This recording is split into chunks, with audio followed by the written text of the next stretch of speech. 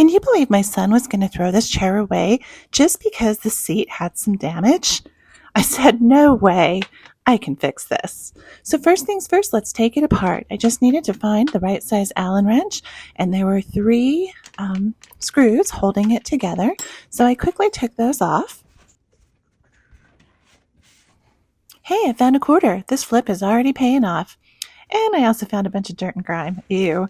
So I grabbed my simple green to clean it up and get it ready to cover with a piece of fabric.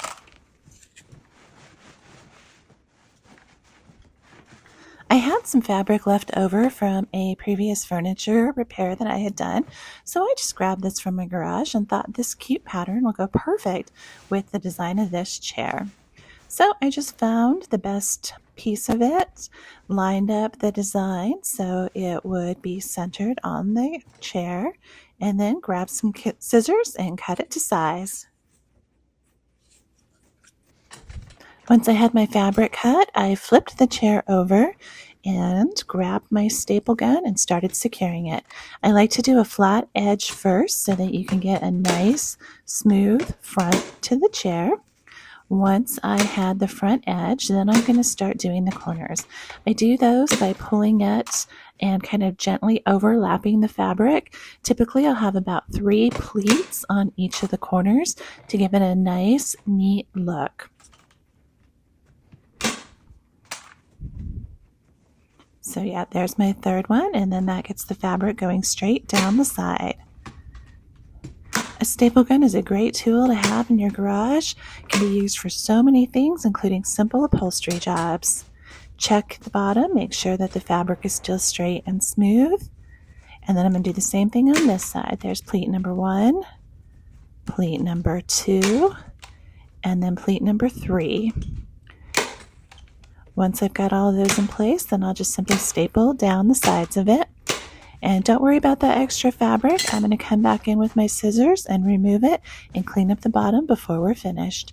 Now, it's a little short on the back, but that doesn't matter because of the way that the chair is designed. So when I do this back corner, same thing. I'm just going to give it a pleat, pull it tight, and then staple it to the bottom of the chair. This is such a simple repair. This entire project took me about 30 minutes from start to finish. There we go, cleaning up the bottom. Just go ahead and cut away that extra fabric. I'll turn it over and get the rest of it in just a moment.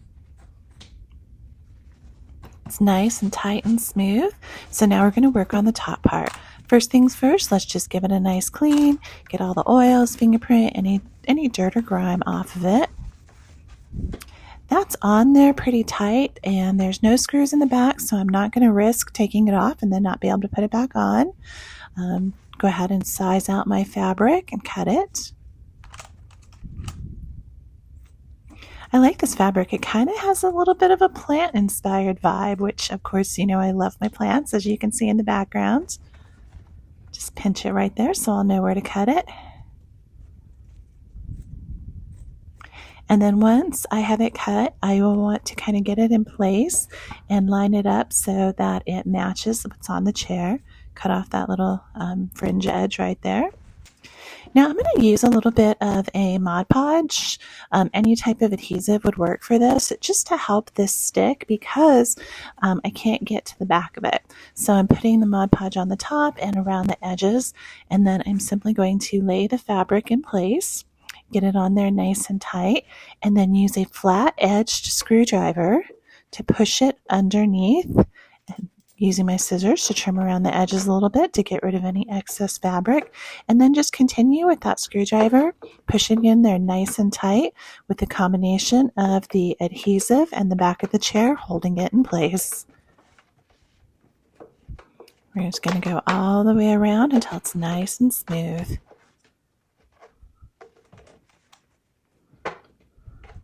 Add a little bit more adhesive on the bottom edge there, and then do the same thing, tuck it in nice and tight with the screwdriver. It's hard to tell from the video, but that fabric is going in really snug. I don't think it's going to move on me. If it does, I'll just apply a little bit more adhesive.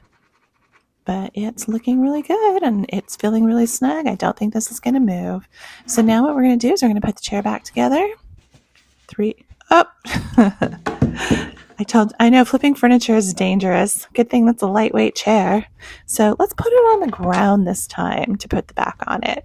I don't want to give myself a concussion.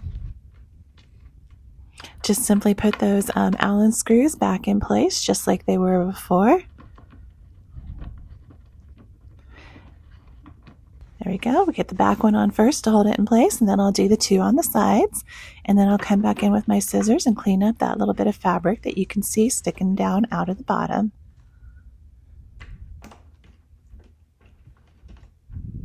Thanks for watching my videos. I really do appreciate it. Don't forget to leave me a comment and let me know what you think and share with your friends. All right, now I just grabbed some Blendall sticks and I'm going over a few little scratches that were on the edge. And what was once a chair that was headed for the trash just because it had some cosmetic damage is now this cute and adorable little chair that I'm going to use with my desk. I love it. The pattern actually, I think it looks much better than it did before. Let me know what you think. Please subscribe.